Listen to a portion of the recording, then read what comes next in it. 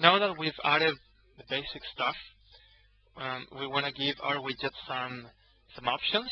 We're going to add that in the constructor. So I'm going to call this array widget options.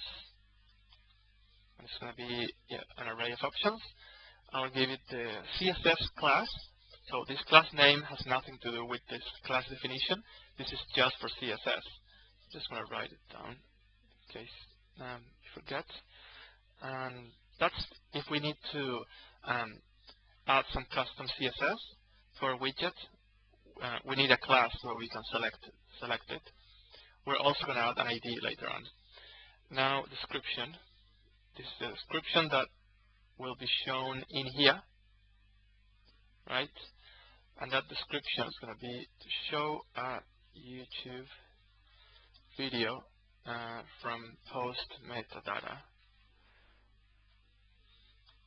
So these are the options, and now we're going to call the parent constructor,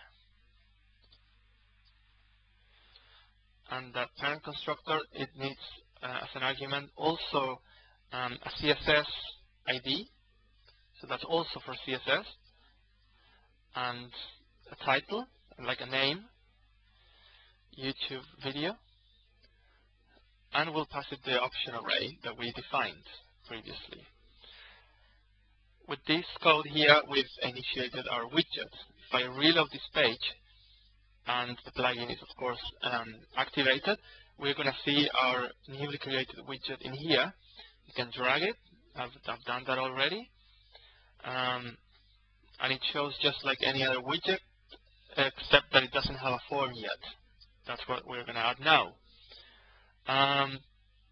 We created this form method to take care of the form. The first thing we want to do is to define some default values. The form that I want to create is going to have only one field. It's going to be a text field, just like this one. And it's also going to be called title. So I want to define a default title in case the user, to be shown before the user defines their own. So that one's going to be video, just video.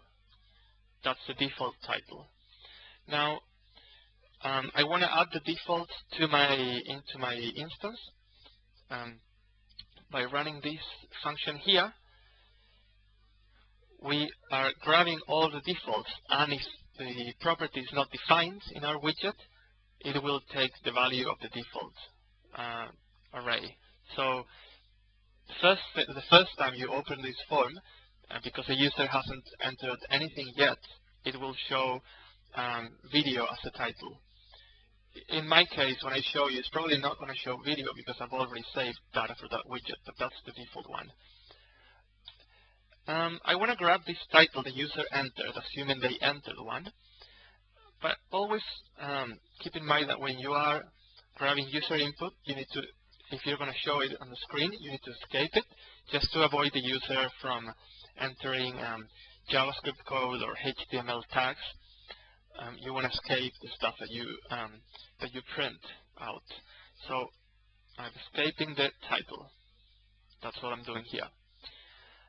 And finally, I just want to show the form. So I'm going to create this new paragraph, and it's going to say title. And now it's going to have an input field, which is going to be of type text. And it's going to have the class called widefat, which is one of WordPress default classes that will give it the exact same appearance as the other widgets that you're already seeing on the screen. Name.